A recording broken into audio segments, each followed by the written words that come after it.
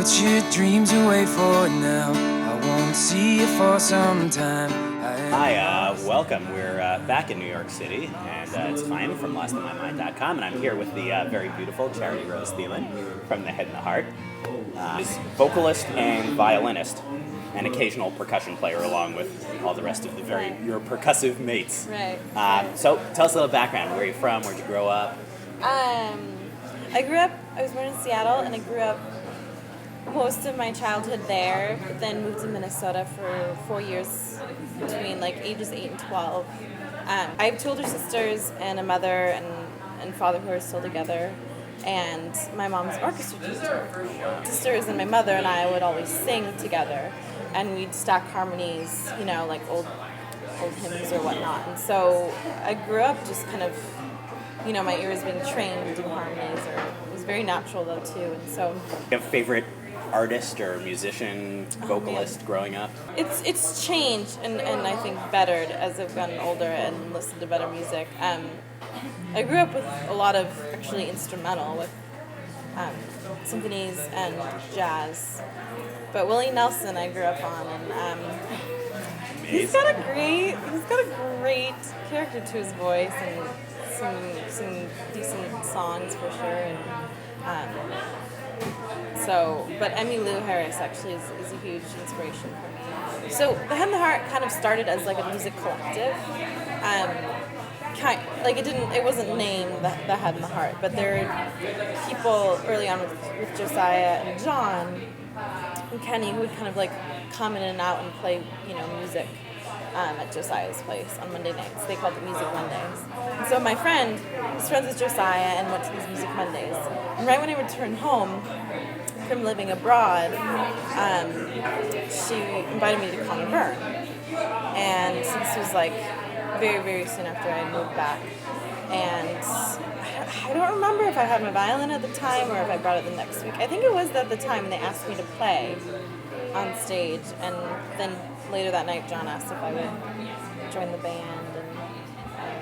That's awesome. First audition, and you were in already. I know. I was very serious about it. So I was yeah, it just clicked. It gelled. I was I feel like I'm going to be really good friends with these guys. And, I remember sitting outside of Connor Byrne, and I think I brought Josiah's guitar, someone's guitar, and then was playing a song of mine or something, and then John came out and we started writing a song together.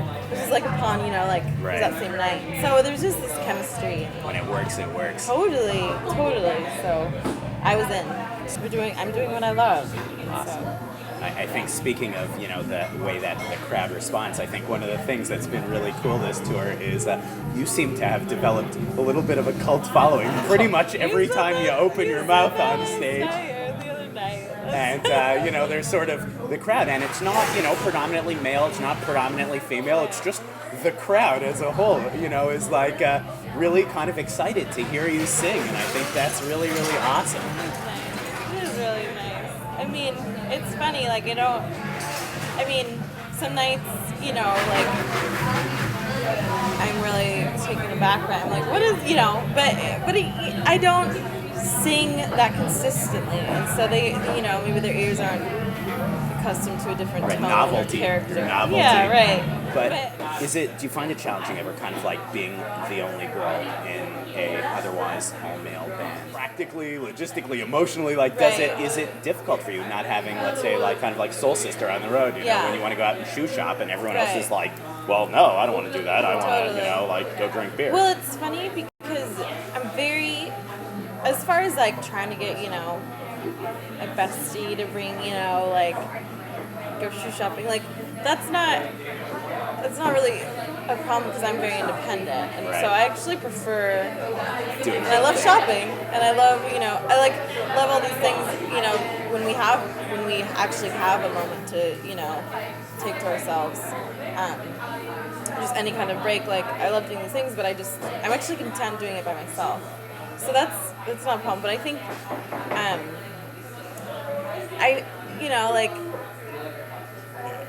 it's one of those things that I've adapted to, and I'm learning just along with this whole behemoth of a lifestyle change. It's now we're just starting to go to Whole Foods under my encouragement. You know, like have a whole food stop every day instead of eating gas station food. You know. So what's your favorite thing to eat on the road when you're hitting the Whole Foods now? Yeah, like what do you doing to give you sustenance? I really like kale, like the kale salad. Sometimes like there's a kale avocado lime salad that's found. Somehow can't imagine all 6 of you sitting down for a kale avocado salad. But maybe one day. You just got to keep working on them. Totally.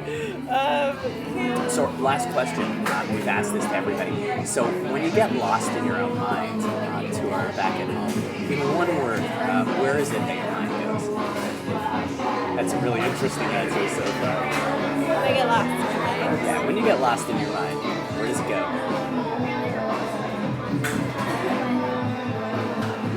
One word. One word. Say love. I think if there was one word, that's probably what I'd say. Awesome. So, Charity Rose from the Head and the Heart.